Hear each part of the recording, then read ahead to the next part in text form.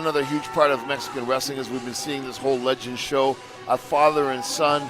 Last Saturday, Triple Mania 26, El Hijo de Fantasma lost to L.A. Park, and this is the first time we are publicly seeing him without his mask for the first time.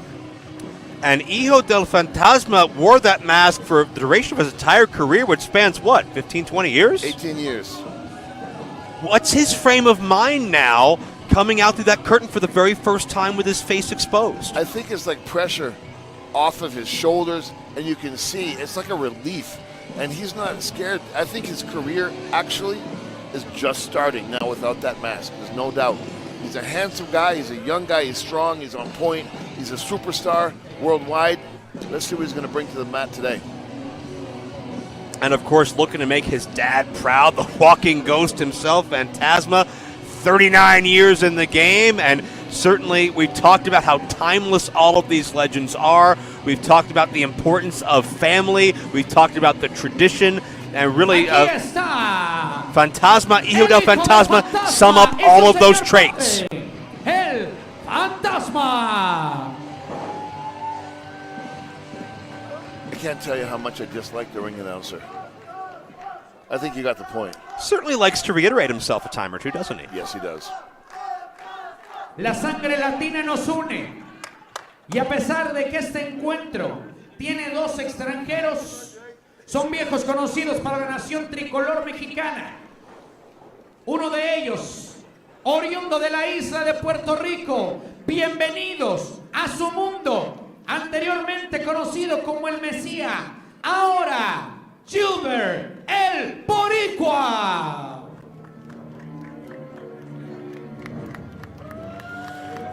I will. He's introducing Ricky Mesias, who is better known as Mil Muertes to you United States fans. I can't tell you how much of a jabroni the ring announcer is. He's saying shit that makes no sense, and he's just a straight-up goof. Well, nothing goofy about this man. Probably the most physically intimidating and daunting force anywhere in the city this weekend, Expo Lucha or otherwise. Call him Ricky Banderas, call him Mesias, call him Mil Muertes. He personifies destruction. Yes, exactly. That music puts fear into the opponents, and he has earned it, brother. He's been fighting every big name in the game for over 20 years, and he's here. The fans appreciate him. They know that he's going to give someone a beating. 5-time champion in IWA Puerto Rico, 19 other titles there. 4-time AAA Mega Champion, Lucha Underground Champion. He's dominated everywhere he's been. No doubt. Ha compartido cuadriláteros desde Yoshin Liger, Mil Máscaras, y hoy en día, campeón que ganó el día de ayer el título de los pesos completos de Pro Wrestling Revolution. Aquí está, Último Dragón. What our ring announcer, I believe, was referencing there was Ultimo Dragon's big championship win yesterday afternoon. Yep. Brand new Pro Wrestling Revolution champion, defeating Hijo del Trump in the main event of our Showcase of Viva La Lucha card yesterday afternoon, right here on LuchaCentral.com. If you missed it live, I'm sure we're going to do replay streams, rebroadcasts, give you a chance to be part of that. But Ultimo Dragon, another guy who's been all over the world, Japan to Mexico to the mainstream U.S. promotions, championships all over the place, NWA, WCW, New Japan, All Japan. You could list them a mile long. Ultimo added one more yesterday. We saw Hijo de Trump go after the knees of Ultimo Dragon. We touched on pre-existing knee problems. Will that play a factor in this match, in your opinion? I'm not sure, because I don't think anybody in the ring knows of his injuries. You know, he's Japanese. What that means is Japanese wrestlers don't really like to whine and cry about things. They don't like to let, pain is part of the process. It goes back to the warrior culture, samurai culture, sumo culture, which is actually the national sport in Japan. So he grew up in that environment. So a little knee injury like that is not going to faze him. So I don't know how much it's going to come into play.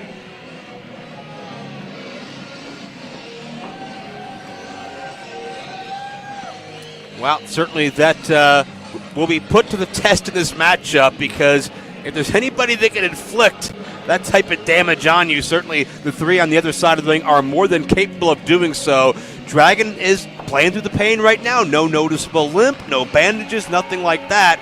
We'll see if that can continue on through the duration of this matchup. Dragon still looks in phenomenal shape. He hasn't aged at all. No, and he's like a mature champion. He doesn't need to come to the ring with his belt.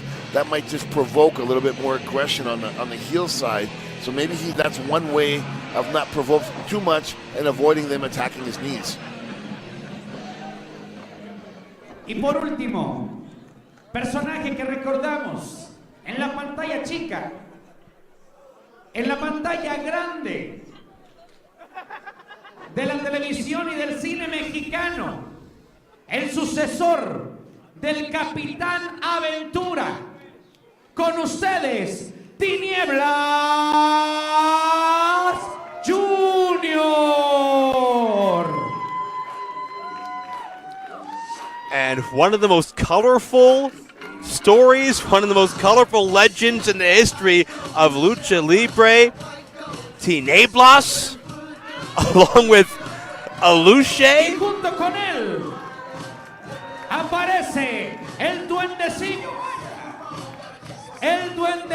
Maya. A very, very famous figure on television, soap operas, movies, and his father was a big star in the early to mid to late 70s, early 80s, and his son, 6'5", taking on the father's name and mask and carrying on with the tradition with Aluche. This is a very classic part of historical retro Lucha Libre, and well, here we are at the Expo, and you're going to see a mix of everything. Tinieblas, the prototype of a Mexican sci-fi superhero. To your point, he has transcended just Lucha Libre and been all over Mexican culture. And there's so many odd facts and figures about the backstory of Tinieblas that we'll get into. I'm not even sure I'm understanding and seeing a little stuffed animal wearing a baseball hat who's about to break dance.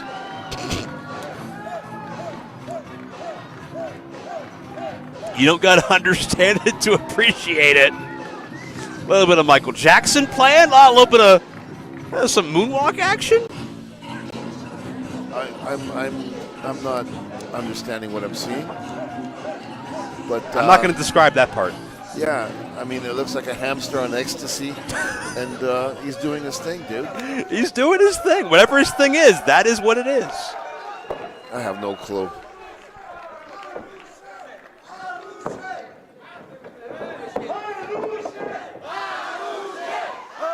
Aluche, from what I understand, is a Mayan elf, just for clarification purposes.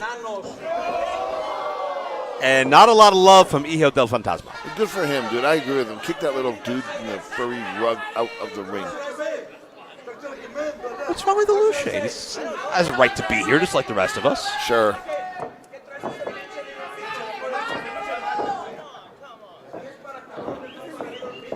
I think he hurt his feelings. Good. Aw. If I was Hijo del Fantasma, I'd kick him right in the mush and knock him out of the ring. No, he's too adorable. Well, that's how you become a heel. Okay, well, thank you. Well, we're going to get Aluche out of the ring. From what I understand, Tinieblas has a space uniform that blocks cosmic X-rays. He's got a helmet that allows communication of all beings and languages. A military captain with a flair for adventure.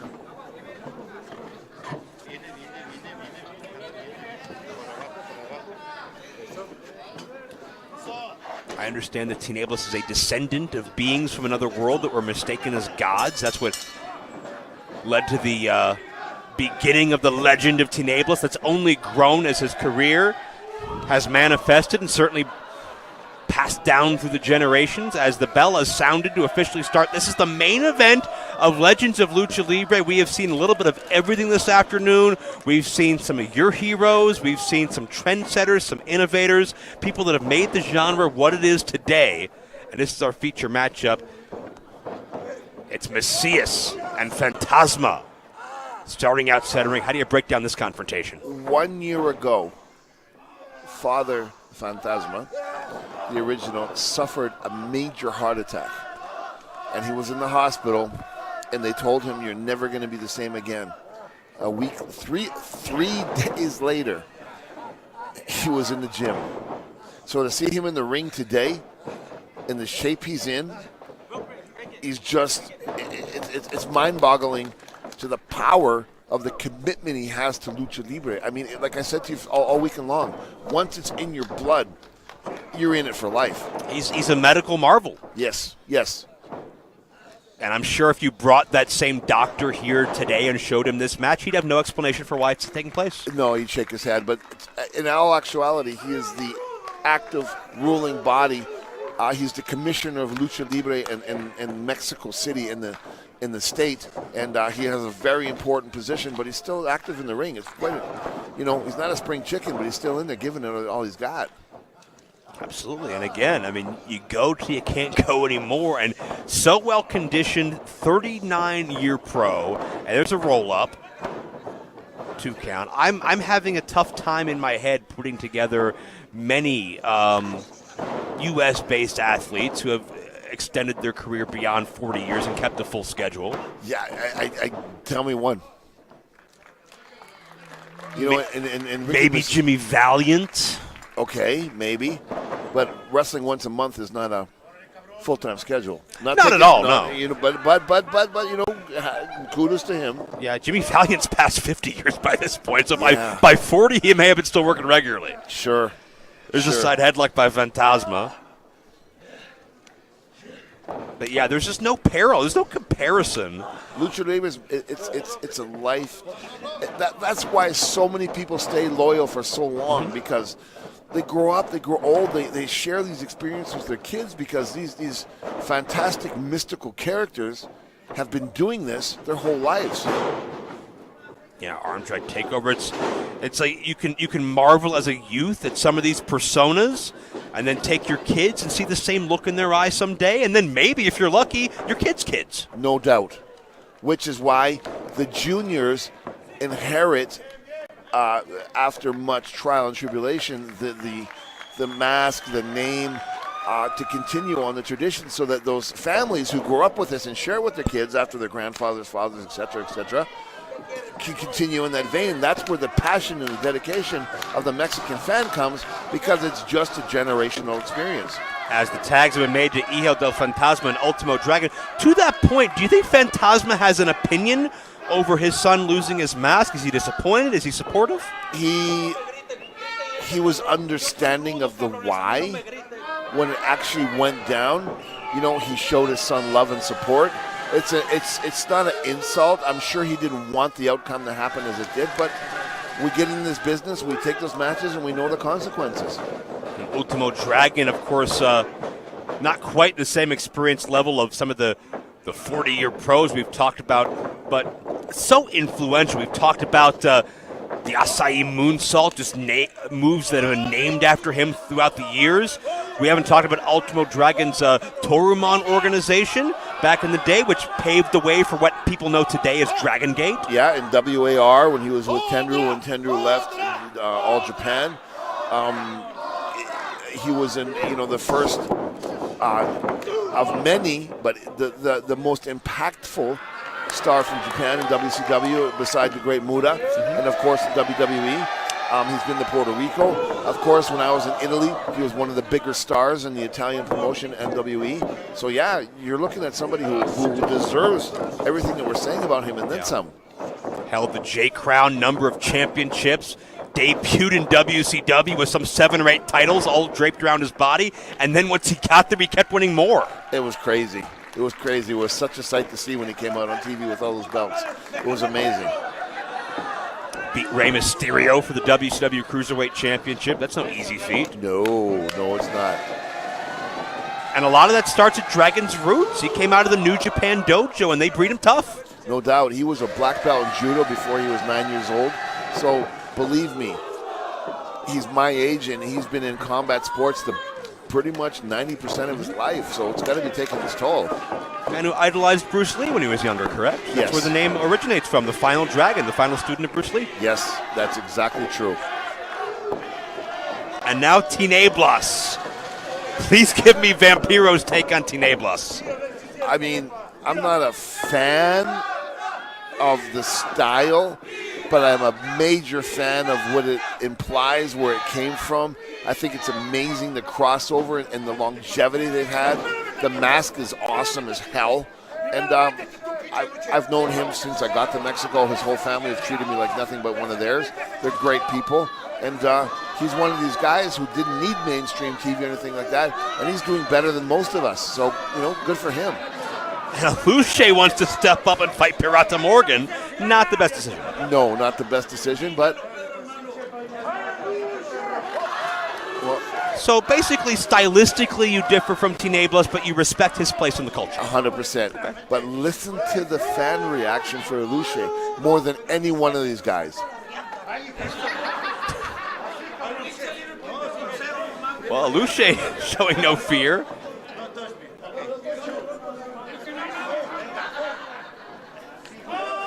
Well, here we go. This could be the end of Luce. I would think so. Unless it's a dance-off, that he's got a chance.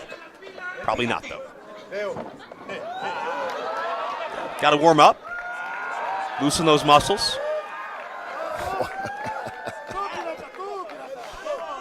I don't even know what the hell I just saw, dude. What, you never saw Mayan Elf do one-arm push-ups? No. Where have you been? Whoa! Pirata got outsmarted and he just booted the elf. I totally think it's about time he gave him a little bit of an ass whooping. Stomp his head through the floor. Aww. I mean, he wants to get in there and be cocky and do all that kind of stuff. Yeah, it was funny the first time, but Pirata Morgan is one of the greatest luchadores I've ever. You don't insult him like that, you know what I mean? All right, I'm going to ask you a question that you struggled with for a long time in your career. How do you beat Pirata Morgan? You guys went tooth and nail for so long. Oh, that's a tough one to answer because he doesn't quit. How do you beat him? You've got to say your prayers and you find him and swing for the fences and hopefully it connects because he's not going down easy. The Fantasma, and now he gets taken down at Pirata. Accidentally struck his own partner, now trying to make good on it by holding Tinieblas. And unintentional reciprocation as Tinieblas outsmarts the field. An eye for an eye, baby. Luce! High risk by his standards off the apron. Yeah, he fell a whole half meter, and, to him, that might be jumping off the Empire State Building. Tinieblas, Soul Man in the ring right now, Hijo del Fantasma. And again, you talked about the style difference. Hijo del Fantasma probably has not encountered many men like Tinieblas in the ring in quite some time, if ever. No, it's a different style. He's used to Lucha Underground. He's used to Impact. He's used to Japan, Mexico. His stuff is aggressive. He's a fighter. But when you get somebody from a different era who has a different style, it kind of plays with your mind a little bit because you don't know how to fit in. You know what I mean? Yeah. Fantasma and Mesias in the ring right now. And I think it goes back to why the younger wrestlers these days are told to study that old footage. There's a lot of things that people do back in the 80s, the 70s, the 90s that can work very, very well that we just don't see today. And that helps keep you on your guard the more styles you understand. I could not agree with you more, my friend. Very well said. Nice job by Fantasma to take Mesias to the floor. Fantasma's going to have to keep a quick pace here to neutralize the power advantage of Mesias, wouldn't you say? Yeah, but you see that plancha he did outside. Jeez. Absolutely. In the ring, arguably the quicker of both teams, Ultimo Dragon and Hijo del Fantasma. Leg sweep. Here's Tinieblas. Cross body to Pirata. And look at Ultimo Dragon. Cinching in a variation of a sharpshooter, Tinieblas. Cradles Pirata Morgan, he beats him. There you go.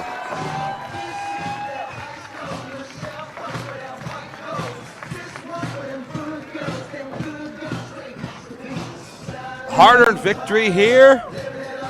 Mesias back in the ring to reap the spoils. Aquí está. Gilmer el Boricua. I can put up with everything except watching this little rug dance again. Oh, come on. Pirata Morgan. Oh, no. I think we finally figured out how to neutralize Pirata Morgan. Yep. Get a little elf to hit you in the groin. think that's the only way. And isn't that a life motto and a half? I would think so.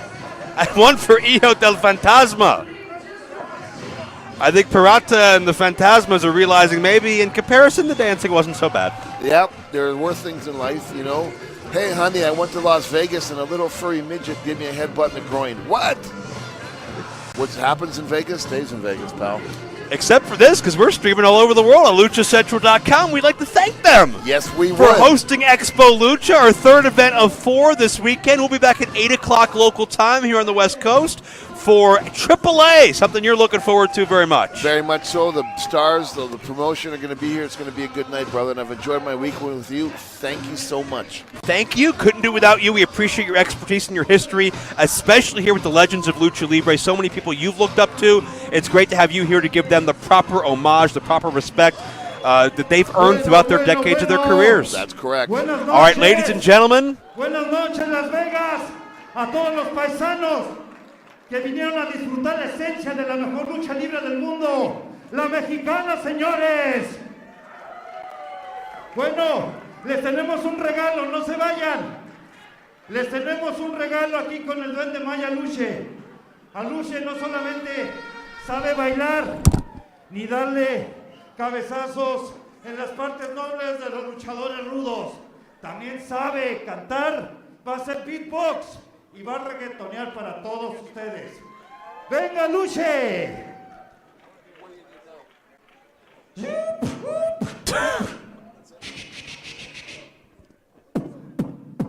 Here we go. Lady, I get him out. My name, Luche.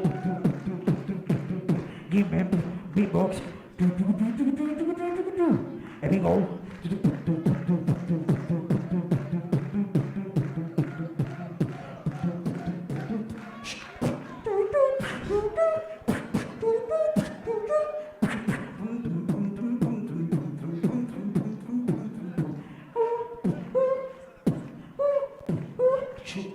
Soy la lucha que le viene rapeando, a toda esta gente ya le vengo improvisando. Todo el mundo con la mano arriba, todo el mundo con la mano arriba. Oh, yeah, oh, yeah, oh. Aluche DJ. I love this guy. Buenas noches, buenas tardes. Ladies and gentlemen, thank you for joining us for the Legends of Lucha Libre. For Vampiro, I'm Joe Dombrowski. We'll see you back here 8 o'clock local time for AAA as part of Expo Lucha on LuchaCentral.com. Muchas gracias. Thank you for being here with us. Let me tell you something before you can go. Aquí en esta área de aquí de los backstage, cerca de los backstage, a toda la gente que tiene el acceso platino, el platinum, toda la gente que lo tiene, van a poder recibir algunas bebidas. Para toda la gente que quiere consumir bebidas, aquí al lado van a poder tenerlo. La expo continúa. Vamos a cerrar el show a las 8 de la noche. 8 de la noche, Lucha Libre AAA Worldwide.